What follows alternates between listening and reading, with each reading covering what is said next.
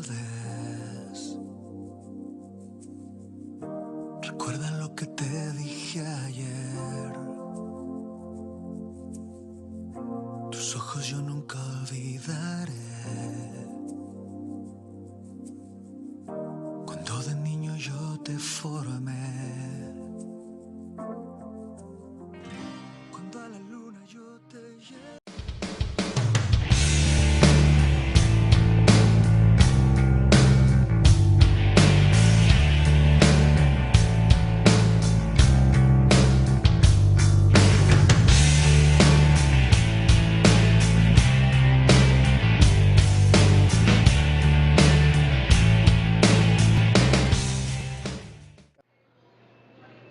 Soy el estudiante Wilfran Quintero de la Facultad de Educación de la Fundación Universitaria Católica del Norte.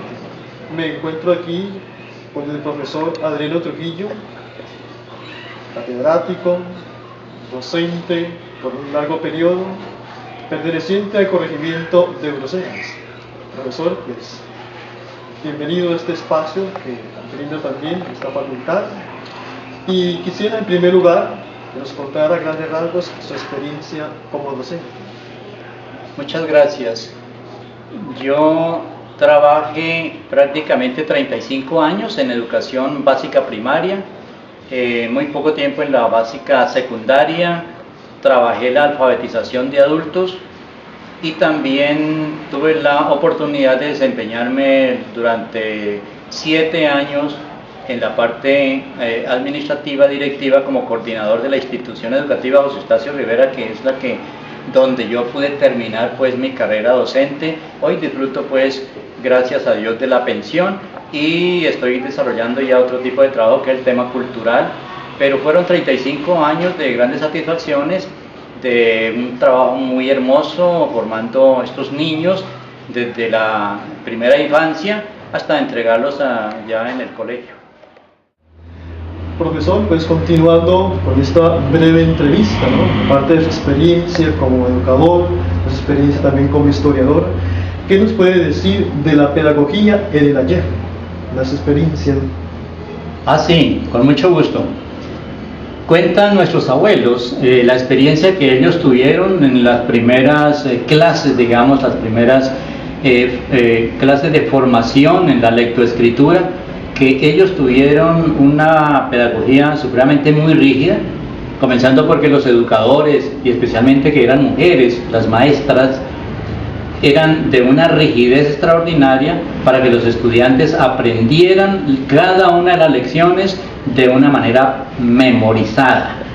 Los estudiantes tenían que aprenderse de memoria su lección de principio a fin, así que ellos no utilizaban los medios tecnológicos de este mundo moderno. Las tecnologías incipientes que ellos comenzaron se basaba en este tipo de tableta, digamos, que su nombre correcto es la pizarra.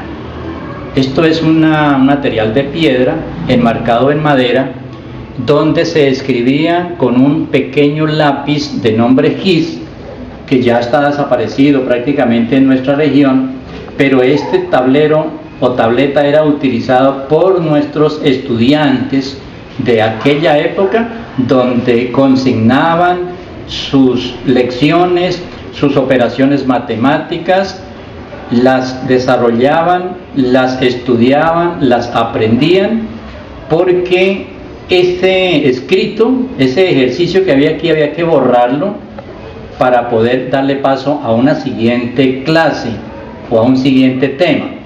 Obviamente que la tableta sirve para 2 clases o 2 temas o 2 áreas, pero borrado ya ese material que se había escrito allí, ya no había forma de volverlo a retomar y el estudiante antes de borrarlo tenía que haberlo aprendido totalmente de memoria para poder rendir esa información en la clase posterior al otro día o al día siguiente de la misma clase donde le tomaban la lección o la tarea que le llamamos. Apreciado licenciado, esta pues fue la época antigua, ¿no? La primitiva. Ahora, pues la época actual, la que le correspondió a usted, quisiera también que nos describiera brevemente esa pedagogía que le correspondió en esos tiempos. Muy bien.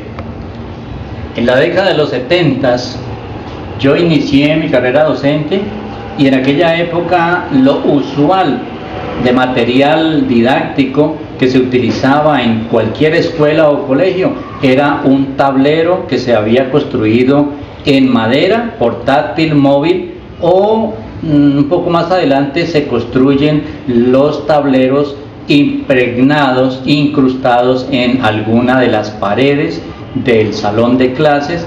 Era un tablero que se había fabricado pues o construido con material de cemento muy bien liso para que se pudiera escribir y borrar fácilmente.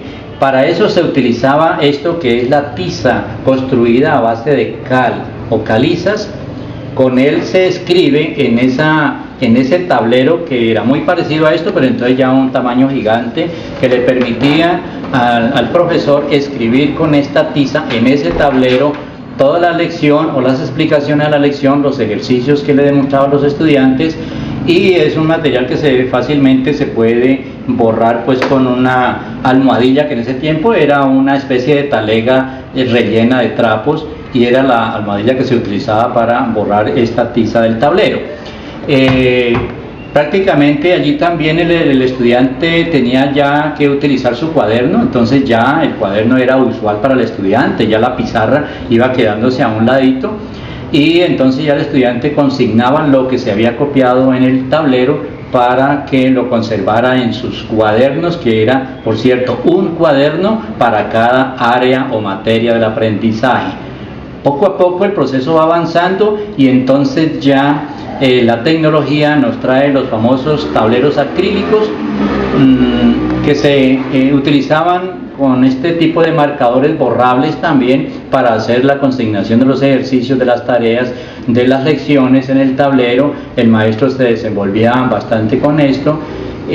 Hubo esa época tanto de la pizarra como del tablero de madera como el tablero acrílico, donde generalmente el profesor se valía mucho de láminas, mapas que venían pues ya elaborados de parte del comercio. Con ese tipo de materiales didácticos se ayudaba mucho el docente, la esfera terrestre o el globo terrestre, y el maestro tenía que elaborar generalmente las partes de la planta o las partes del cuerpo humano o cualquier otro dibujo. Generalmente el maestro tenía que elaborarlo para que el estudiante pudiera aprender de allí, y el alumno poco a poco también iba aprendiendo a hacer sus dibujos de la propia cuenta. Era un aprendizaje supremamente hasta allí como muy, digamos, muy de memoria todavía, donde el estudiante casi que no se le permitía mucho la participación en la clase, donde el maestro es el que dicta la clase, ¿sí? Se convertía más en un profesor que en un pedagogo, ¿sí? que un verdadero guía o maestro. Entonces el maestro era el que sabía, y casi que al estudiante se le prohibía preguntar y mucho menos refutar algún concepto del educador. Entonces había digamos como una especie de quietud en el estudiante, no había dinámica del estudiante, no había participación del estudiante, y por supuesto que el estudiante se crió mucho de una manera muy tímida, muy callada, muy silenciosa, muy rígida, de una disciplina férrea que no se podía uno ni mover del puesto porque había castigo para el estudiante, y era un castigo duro, era un castigo físico. Poco a poco es que vamos entrando en la nueva época de las tecnologías, terminando el siglo XX y ahora iniciando el siglo XXI, donde ya vienen nuevas y más ayudas tecnológicas, como son las famosas TIC, las tecnologías de la información y las comunicaciones. Y entonces ya viene la ayuda del computador, el mismo celular, las mismas calculadoras que servían para agilizar las cuentas matemáticas.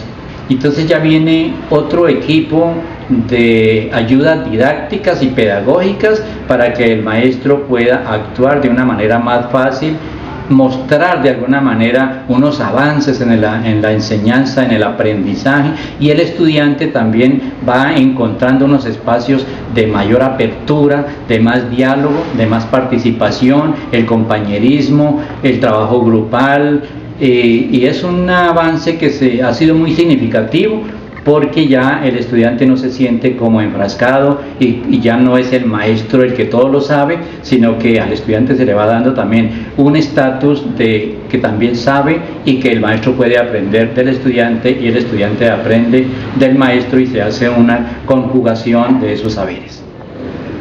Profesor Adriano, pues ya para ir finalizando también esta breve entrevista, ¿cuál sería el perfil entonces del docente en el campo pedagógico para este siglo XXI que hemos emprendido?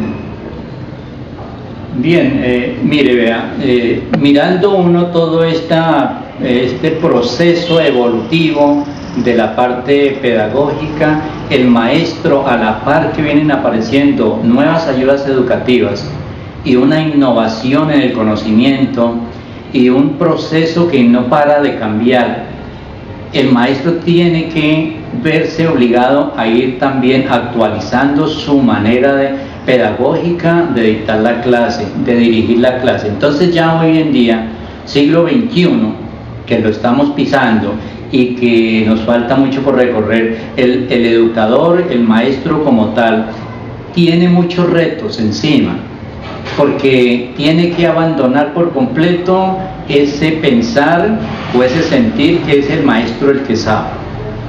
Hoy en día no es el maestro el que sabe. Hoy en día el conocimiento es compartido y el conocimiento es muy dinámico. El maestro igualmente no puede encerrarse en 4 paredes del aula de clase. El maestro tiene que salirse al entorno, al paisaje, a observar directamente en el medio ambiente todos esos espacios del aprendizaje, y por supuesto que no se puede quedar trabajando con el tablero, con la tiza, con el marcador borrable.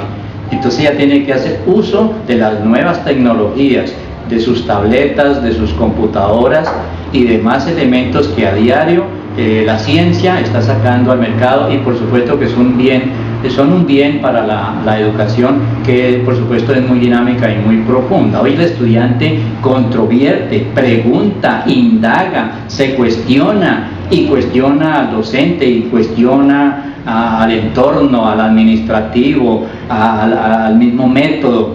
Entonces hoy el estudiante con el maestro están enfrentándose a unos nuevos retos. Obviamente, hoy la nueva pedagogía también nos exige bilingüismo y, por qué no decirlo, muchos idiomas que los estudiantes y los profesores deberán ir manejando a la par de este progreso y desarrollo. Así que la profundización del conocimiento y todas las innovaciones tecnológicas, pedagógicas, las estrategias que el maestro tiene que buscar permanentemente van evolucionando, van cambiando, porque la necesidad de este mundo moderno así lo exige.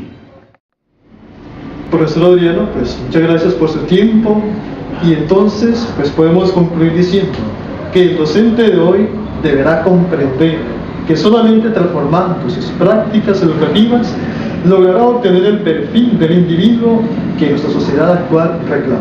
Muchísimas gracias. Con mucho gusto, muchas gracias a ustedes, éxitos en esta formación, esta etapa de formación, y que ojalá nuestras universidades, como esta que está hoy participando aquí en este espacio, sean, digamos, las promotoras de ese cambio social que requieren los estudiantes, que requieren los educadores y por supuesto que requiere nuestra educación aquí en Colombia.